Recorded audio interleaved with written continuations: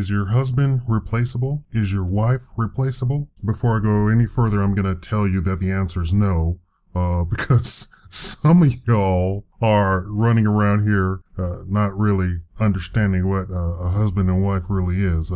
This whole marriage thing has gotten out of hand, and everybody's getting married who shouldn't be married. But let's go back, about 100 years. Your wife and husband were not replaceable. And I don't mean that you can't get married to another person. I mean your wife, your husband. You can't replace John Smith with Tyrell Johnson. Tyrell Johnson is not John Smith, right? John Smith is John Smith. And there is no other John Smith on the planet. What does this have to do with minimum wage? Easy. I'm trying to explain what minimum wage really is. There's a lot of people who are confused. They think minimum wage is something really lofty, really up there. Minimum wage was originally, there was two approaches to it. There was the minimum wage that kept black people from working. I know a lot of you people don't know that, but minimum wage was instituted really to keep black people from working. So that a black person couldn't come to your job and say, hey, instead of $10 an hour, I will work for $9 an hour as an engineer, as a carpenter, as a plumber, as an electrician. Instead of $10 an hour, I will work for $9 an hour. Me, Mr. Black Man, hire me. And who's going to say no to that? Even the most racist person will say, $9 an hour? Well, okay, Negro or nigger or whatever, if the person's super racist. Come on, nigger, I'll hire you for $9 an hour. And that happened. That surely did happen. There are plenty stories of super duper racist people hiring black people because the black person came in and said, I will work for an entire dollar less than all of these white people. And only a fool would say no to that. So the white people got smart. The other workers got smart and said, after they had a whole bunch of race riots and killed a whole bunch of black people, they went, when the National Guard came in and all that stuff and the governor came in and said, hey, we need to institute minimum wages. You have to pay whoever you're going to hire $10 an hour. Minimum wages. You can't go below that. Okay. You got that? So that is the actual historical fact. Go look it up. Chicago, New York, New Jersey. Oh, did you notice that those are all northern states? Okay. Let's set that aside, right? That really happened. And that happened. As history isn't black and white, no pun intended, and there is no one path that leads to the promised land, there is an entire other separate story to minimum wage.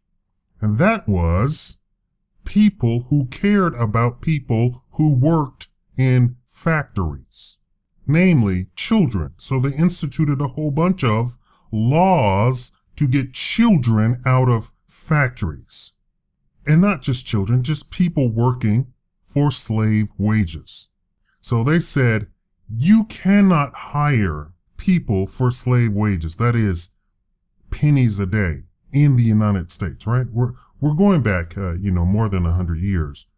But this was the contention that people were being hired for less than, slave wages practically, right? Okay. So the minimum wage was simply an arbitrary number picked out of the air to say, we think that anybody who gets paid anything below this is being a victim of capitalism or whatever it really was. And normally it's not capitalism, because if you look at Ford and you look at the car manufacturers actually kept hiring people for more and more and more and more and more money. Why? Because they want the better and better and better and better employees. You get what you pay for. When you hire workers, you get what you pay for. So in capitalism, I know all the socialists and communists are frothing at the mouth right about now. They're saying, oh no, that's not true. Capitalists are evil. No. True capitalism is a competitive sport. You want to put out a better mousetrap? You have to make the entire process streamlined, and everything involved in building that better mousetrap has to be better than the next guy. That means that you hire workers at a higher price, and then you pick the cream of the crop from the labor pool.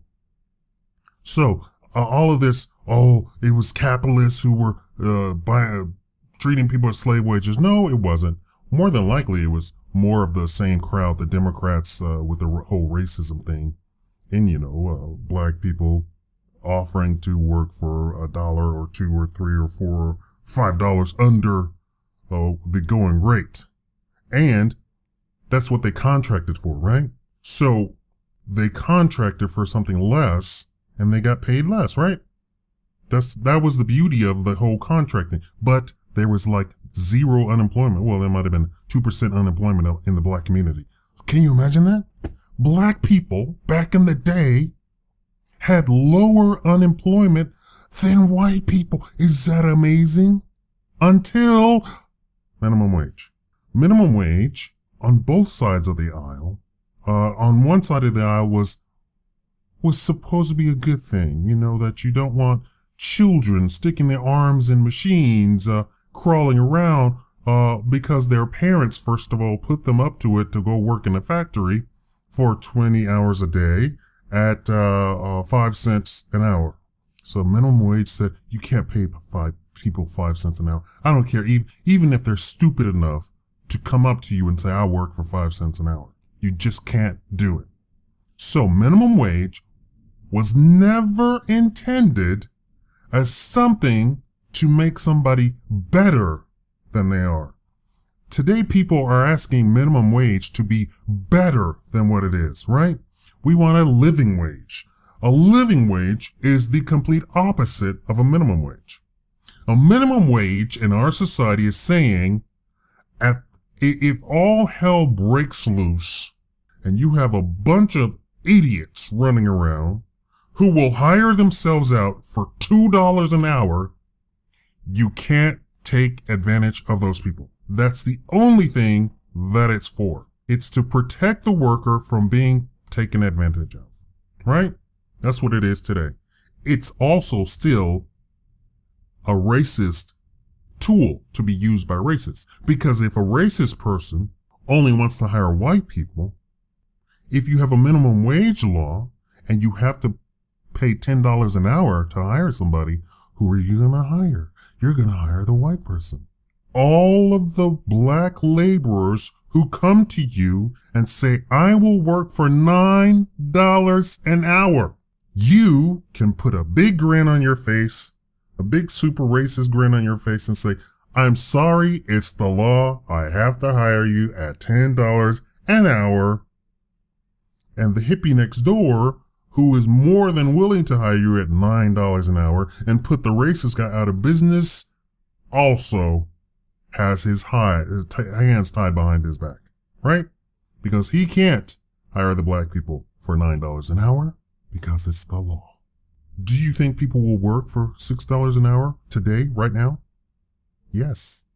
Do you know that there's some cities where black male unemployment is at 50%? Unemployed, completely not working whatsoever, cannot get a job. 50%. Do you think those people would work for $5 an hour? Do you think they would? I think they would. What about black teens?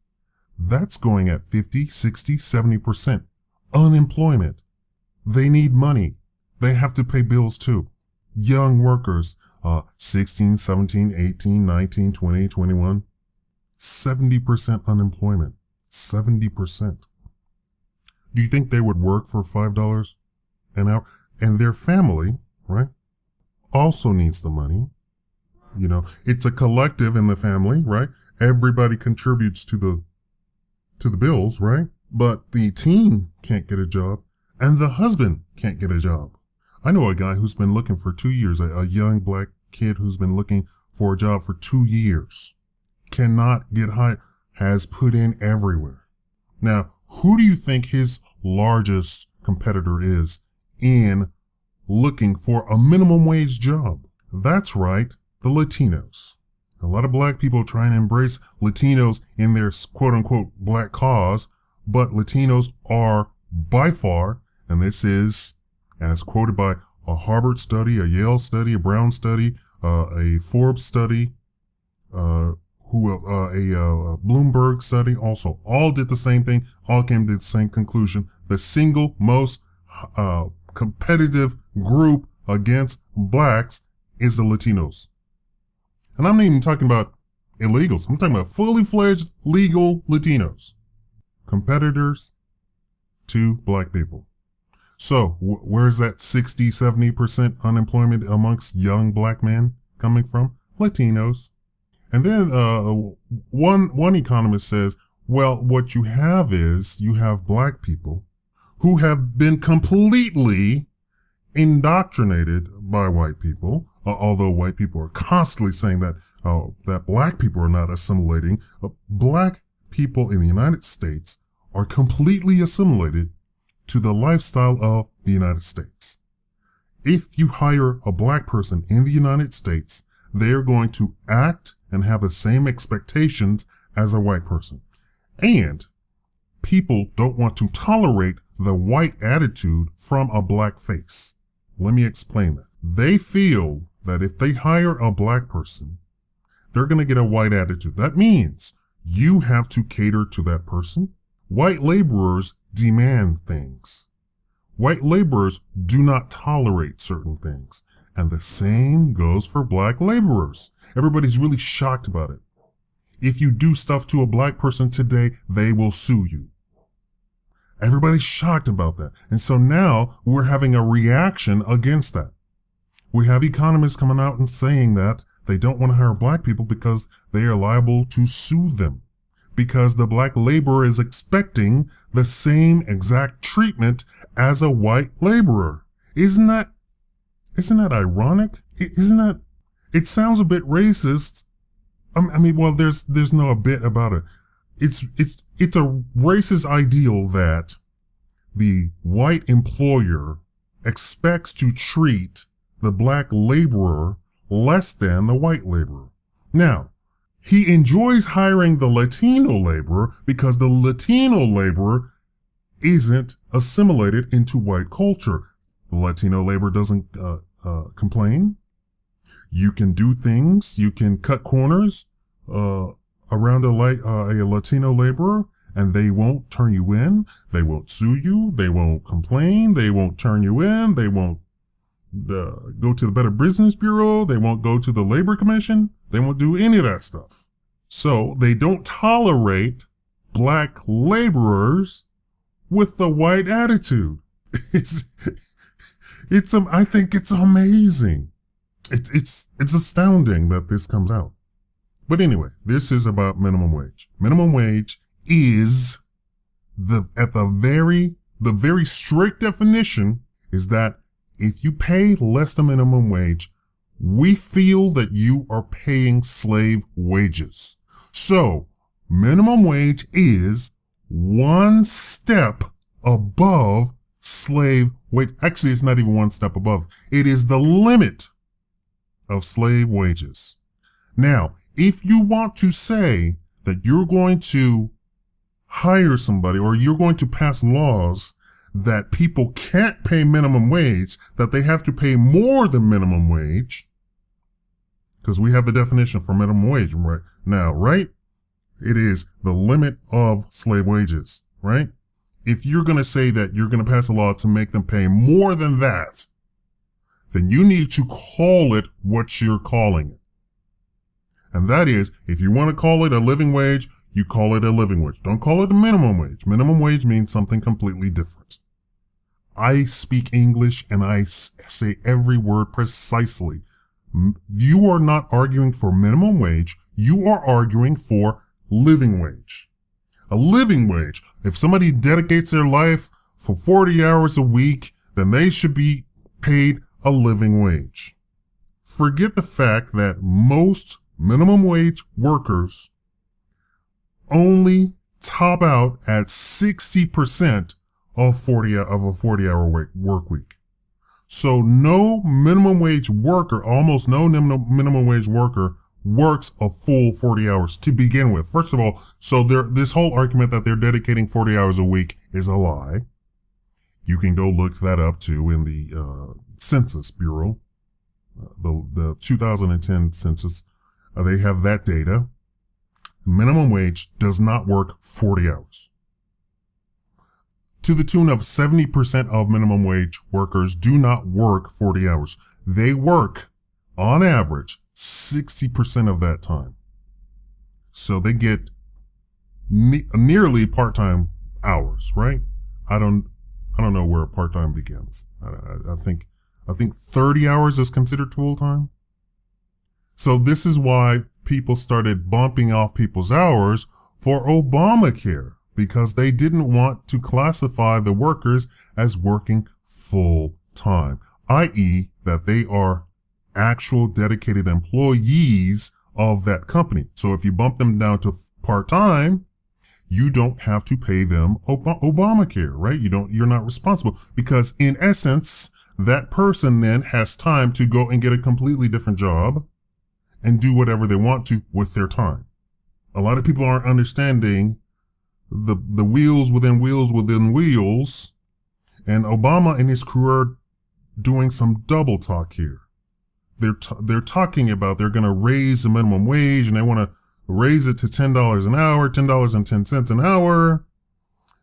When in essence, first of all, they're only talking about 1% of the labor pool, not 1% of the population, 1% of the labor pool. And what's the labor pool? The labor pool now is at 60% of the population, meaning 40% of the population does not work at all.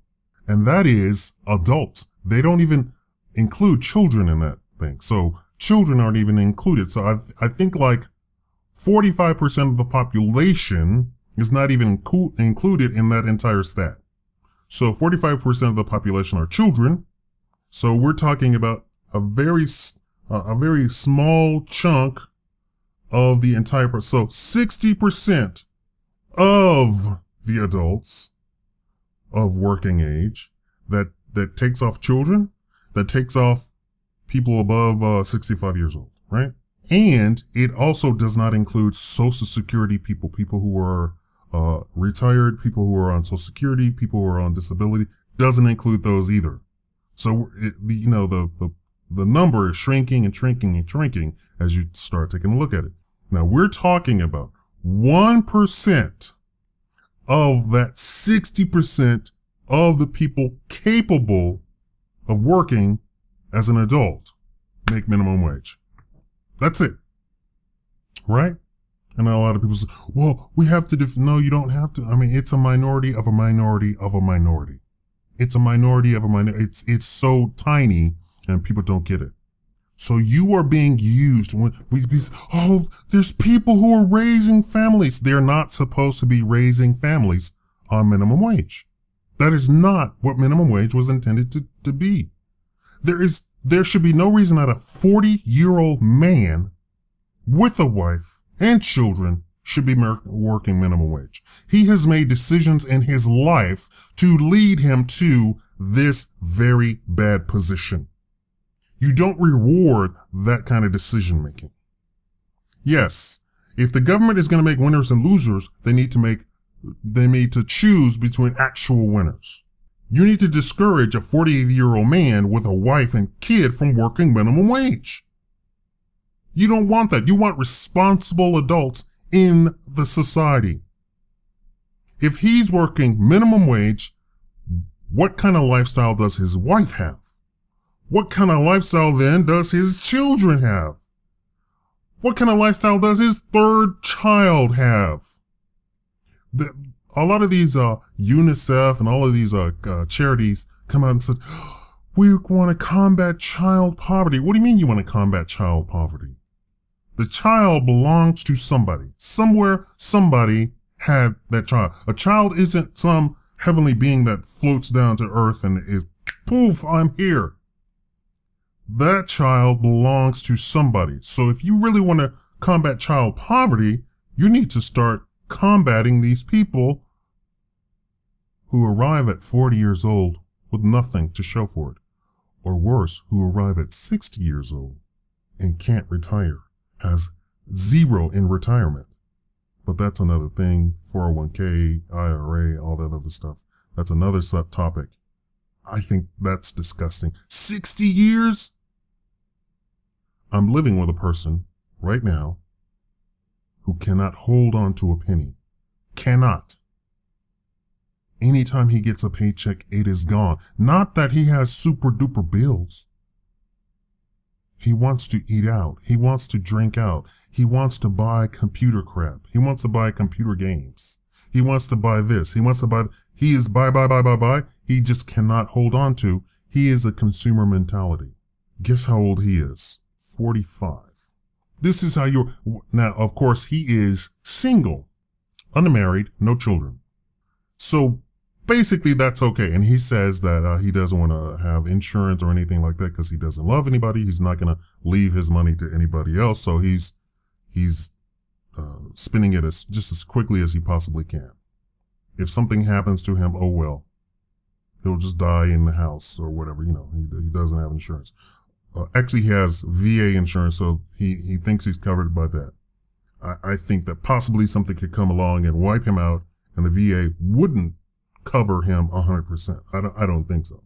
I'm not up on my VA stuff, but I don't think so. He doesn't have children. These other people have children. How do you arrive at 40-something years old with a wife and children working minimum wage? And you are the only breadwinner in the house. You have made some bad decisions. At 16, you start working minimum wage, right? What was that guy doing at 25 years old? 9 years? 9 years have gone by. What was he doing? Okay, that's 25. 29 years later, what was he doing? That he didn't get a better job, that he didn't look for a better job, that he didn't look for some job that taught him a skill where he could work up, because now he has a wife and children. I don't want to hear it. I don't want to hear that there are people working on minimum wage and have been for over 20 years. What? Who does that? You need to discourage that person from doing that. That is not somebody you need to feel sorry for. That is somebody who needs a swift kick in the pants, right? We need to stop coddling these people. And I know everybody says, well, it's a nanny state. Okay, damn it's nanny state. Stop coddling these people. These people are unproductive members of society. If you don't get it, hear it now. That's unproductivity. I know you don't owe anything to your neighbor. As a libertarian, you don't owe anything to your neighbor. But also, we don't owe you anything, right? We don't owe you to pass laws that is going to destroy the economy. Let me tell you, let's work this out here. If the minimum wage person makes $15 an hour, the person who is making $15 an hour is going to now demand $30 an hour, right? And the employer is going to give it to him.